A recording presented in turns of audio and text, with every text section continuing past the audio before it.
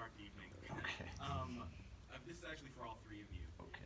This movie could be described as a comic book movie for people that don't like comic books.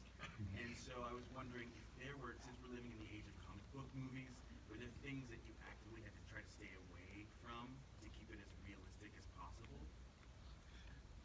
Well, I mean, to answer just from the writing perspective, the goal was to run everything, as I said, through a realistic lens. We wanted to give a real reason why everything existed in Joker. So we wanted to adhere to certain things of the comic. Well, he has a white face and green hair. Okay, why does he have that? In the comics, he fell into a vat of acid. I don't necessarily believe if you fall into a vat of acid, you're going to have white skin and green hair.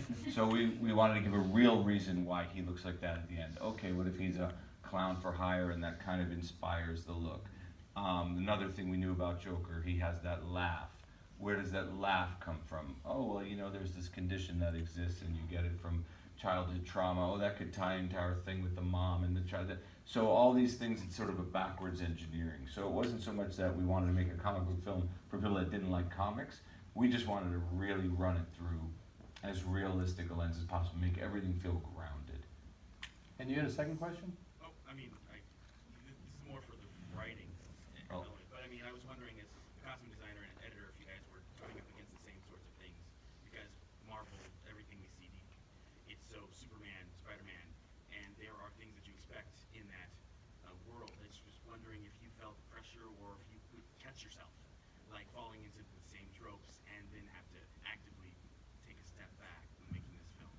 Yeah, I mean, for me, I don't really know those movies. He's like, I don't know what you're talking about. You know, and I've never done one. I don't know what it goes into it. The kind of movie that we make, I'm much more comfortable with, kind of a story-driven, character-driven, realistic, urban, gritty kind of film. So, I thought it was right up my alley. I wouldn't know how to start really on a Spider-Man or something like that. Yeah, I wasn't worried about Mark huge fumbling learning curve. into Yeah. that world because Mark is so in the other world in a way. In terms of editing, I mean, I suppose you could say that there's two things we did. You know, with the fantasies, they ultimately feel very real, and you don't really. A lot of what is fantasy and reality gets blurred, and we were looking to make that feel real. With the editing, we weren't looking to set that apart in any way. It was part of him being an unreliable narrator, if you will, and then also, I don't know. I guess that's it. But there's probably a pace, if you go see a Marvel film or a Star Wars film, there is a pacing to them. Yes, actually, that is what I was going to say, is that we, even during the cut, we would go back and look through scenes and say, where can we remove cuts? Whereas you'll see a lot of action films will have lots of cuts, kind of per minute. This, we would say, okay, where can we let this shot play? Where can we let Joaquin's performance play out longer in this shot, and maybe take one shot here, one shot there out, and have the scene, like the net end result of the scene be the same. I mean, the basic approach to the whole thing from us, from me down to every level of the crew, was let's really take an indie film approach to this studio movie / comic book movie. We weren't even talking so much about comic book films, just sort of an indie approach to a studio film. Now, I'm going to wrap it up, but I had a question which, we can abandon if it's, I would say it's semi-coherent, maybe it's incoherent.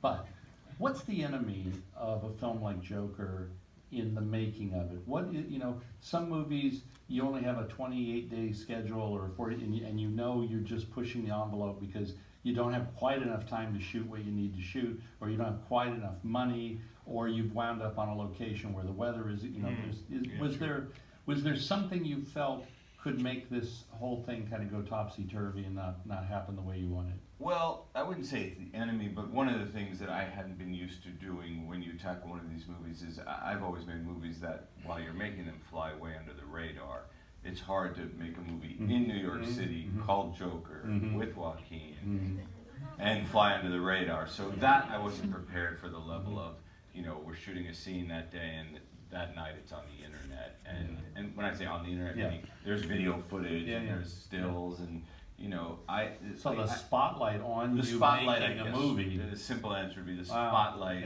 okay. was the enemy of the movie. We got around it, and those are kind of uptown problems. People want to see it. That's a good thing. But it was definitely something I wasn't totally prepared for. Well, I think as the only guy